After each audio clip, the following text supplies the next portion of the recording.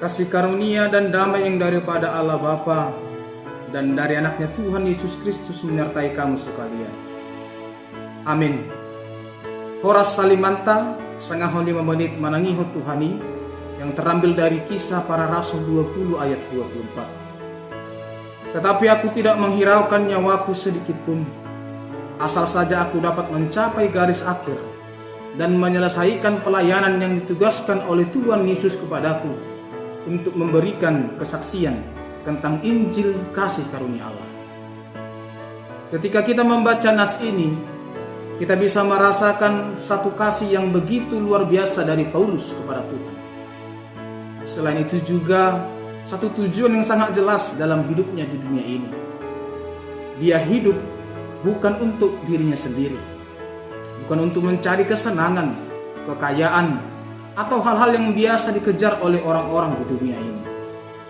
Yang dikejar dia adalah bisa mencapai garis akhir dengan baik dan menyelesaikan pelayanan yang dipercayakan Tuhan kepadanya. Rasul Paulus bukan hanya memahami dengan jelas panggilan Allah terhadap dirinya, tetapi dia juga memiliki komitmen, tekad untuk melaksanakan panggilan tersebut dengan bersedia menanggung risiko apapun. Oleh karena itu, dia bersedia melayani secara total.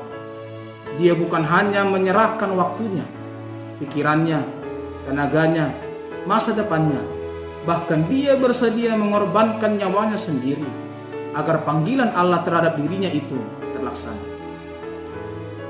Paulus tidak memperhitungkan hal yang berharga, nyawanya maupun jiwanya, asal saja ia mencapai garis akhir dan setia sampai mati. Jika kita sudah sampai pada keputusan tidak menghiraukan nyawa, itu berarti kita sudah berada pada tahap keputusan final di dalam hidup ini. Sekali melangkah, tidak akan mundur lagi.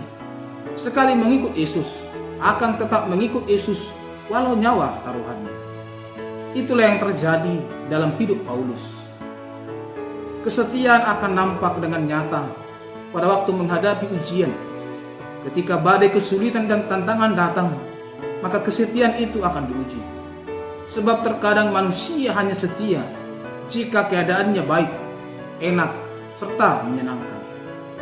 Banyak juga yang setia kepada seseorang jika orang tersebut memberikan keuntungan baginya. Jika tidak ada keuntungan yang dia dapat, maka kesetiaan itu juga akan pudar. Sebagai pengikut Kristus yang berkomitmen, berarti kita juga harus siap untuk menyangkal diri. Dan tidak ada seorang pun yang sungguh-sungguh telah menyangkal dirinya jika dia belum menyerahkan dirinya sepenuhnya kepada Tuhan dan rela mempercayakan setiap detail kehidupannya kepada kehendak Allah. Seseorang yang tidak sungguh-sungguh menyerahkan dirinya sepenuhnya kepada Allah, sangatlah susah baginya untuk menyangkal diri demi melayani Tuhan. Paulus juga menyadari bahwa keberhasilannya dalam memberitakan Injil adalah bukan dari hasil usahanya sendiri dengan kekuatan dan kepintaran yang dia miliki, namun itu adalah anugerah pemberian Tuhan.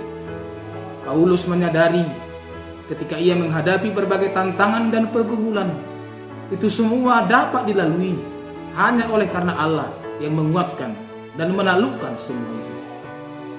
Tidak akan ada kuasa apapun yang mampu menghalangi kita untuk mencapai garis akhir. Kita tidak akan mati sebelum tugas itu selesai. Yang kita perlukan hanyalah kesediaan seperti Rasul Paulus untuk benar-benar menyangkal diri, mati-matian berlari menuju garis akhir yang telah ditentukan Tuhan bagi masing-masing kehidupan kita. Selamat berjuang untuk mencapai garis akhir dengan setia melayani Tuhan dan setia menuruti segala kehendak-Nya. Amin. Kita berdoa. Kami sungguh bersyukur ya Allah untuk kasih setia-Mu yang telah menganugerahkan kehidupan ini. Melalui pengalaman hidup Paulus kami belajar agar kehidupan ini adalah panggilan dari-Mu untuk kami boleh menyerahkan hidup kami, menyangkal diri kami untuk senantiasa setia dalam panggilan kami melayani Engkau. Agar apapun yang menjadi tantangan pergumulan yang kami hadapi, kami tetap senantiasa setia sehingga kami mencapai garis akhir. Kiranya Engkau menguatkan kami menjadi orang-orang yang mampu bertahan sampai garis akhir. Anugerah Tuhan kita Yesus Kristus, kasih setia Allah Bapa, dan persekutuan Roh Kudus menyertai kamu sekalian. Amin.